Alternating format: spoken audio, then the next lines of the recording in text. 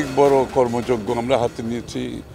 ইনশাআল্লাহ নির্বাচনে যদি জনগণ আমাদেরকে রায় দেয়, আমরা এই শিল্প খাতে যে চাকরি কর্মসংস্থান যেগুলো হারানো হয়েছে এবং নতুন কর্মসংস্থান সৃষ্টির জন্য আমরা অনেক বিশাল কর্মযজ্ঞ হাতে নিয়েছি এবং 18 মাসের মধ্যে আমরা 1 কোটি কর্মসংস্থান করার সিদ্ধান্ত নিয়েছি, প্রোগ্রাম নিয়েছি এবং কোন খাতে কত কর্মসংস্থান হবে, কতগুলো আত্মকর্মসংস্থান হবে, দেশে বিদেশে মিলে 1 কোটি আমরা 18 মাসে কর্মসংস্থানের কর্মসূচি হাতে নিয়েছি এবং তার উপর আমরা বিস্তারিত কাজ করেছি এবং এটা কিভাবে বাস্তবায়ন করব সেটারও সিদ্ধান্ত নিয়েছি। পিআর পদ্ধতি তো কেউ চাইতেই পারে, এটা তো তাদের অধিকার আছে, তাই না? কিন্তু সেটা তো এখানে সেটা বিএনপিও দেওয়ার কেউ না, কিন্তু অন্য কোনো দলেরও দেওয়ার কিছু নাই। কেউ যদি কিছু চায়, আমরা যেখানে ঐক্যমত হয়েছি তার বাইরে যদি কেউ কিছু চায় সেটা অধিকার আছে, কিন্তু সেটা করতে হলে তাদেরকে জনগণের কাছে যেতে হবে। আগামী নির্বাচনে জনগণের ম্যান্ডেট নিয়ে সেটা সংসদে নিয়ে আসতে হবে। তার বাইরে তো কিছু করার সুযোগ নাই যদি আমি গণতন্ত্রে বিশ্বাস করে থাকি। না হওয়ার কোনো সুযোগ নাই।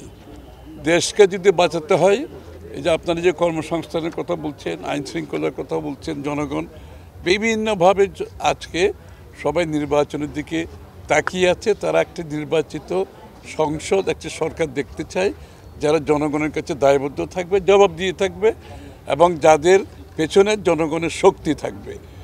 এবং এর জন্য আজকে যে কাজগুলো আমরা করতে পারছি না, যেহেতু একটা নির্বাচিত সরকার না থাকলে সরকার এবং জনগণের মধ্যে যে সেতু বন্ধন সেটা আজকে নাই বলে আমরা অনেক কিছু সমস্যার সম্মুখীন হচ্ছি। সবাই দেশে বিদেশে, শুধু বিনিয়োগকারী নয়, সবাই সিদ্ধান্ত স্থগিত রাখছে, নির্বাচনের অপেক্ষায় আছেন। নির্বাচনের পরে বড় আকারে বাংলাদেশে আমাদের অর্থনৈতিক পরিবর্তন হবে ইনশাআল্লাহ, আমরা আশা করি। আইন শৃঙ্খলার উন্নয়ন হবে, আমাদের রপ্তানি বাড়বে, আমাদের কর্মসংস্থান বাড়বে, স্বাস্থ্যসেবা সহ শিক্ষা সহ যে সমস্যাগুলো আছে এগুলোর সমাধানের ব্যবস্থা করা হবে। কারণ জনগণের কাছে দায়বদ্ধ সরকার আর অনির্বাচিত সরকারের কার্যক্রমের মধ্যে একটা বিশাল তফাৎ থাকার কথা এবং আছে। সুতরাং সবাই একটা নির্বাচিত সরকারের তো আমরা তো তারেক রহমান সাহেব তো 1.5 বছর আগে বলেছে আমাদের সাথে যারা যুগপৎ আন্দোলনে ছিলেন এবং আমরা সবাই মিলে আগামী নির্বাচনের পরে জাতীয় সরকার গঠন করা হবে, যারা আমাদের সাথে যুগপৎ আন্দোলন। ওটা তো ওরা আসলেই জানতে পারবো, তাই না? শোনো, টাকা তো চাইছে, 10,000 টাকার শর্ট আছে, বুঝছো? ধন্যবাদ। কত টাকা শর্ট পড়ছে সেটা বল। 10,000 টাকাই শর্ট আছে। আচ্ছা, সেটা মাথা ছুঁয়ে বলো। মাথা কি হলো? চুপ করে আসছো কেন? ভণ্ডামি, টাউটামি, জায়গা পাও না তুমি? তুমি কি জীবনে ভালো হবে না?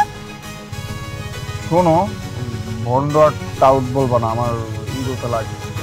তুমি ওইটাই ঠিক আছে, ভণ্ডামি টাউটামি মানুষ করে, কিন্তু গার্লফ্রেন্ডের সাথেও এটা কোনো কথা?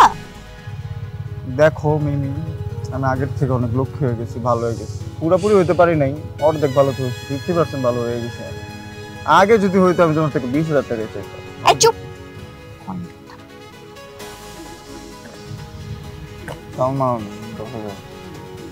ঠিকভাবে বলো, কত টাকা শর্ট পড়ছে? 5,000 টাকা লাগবে।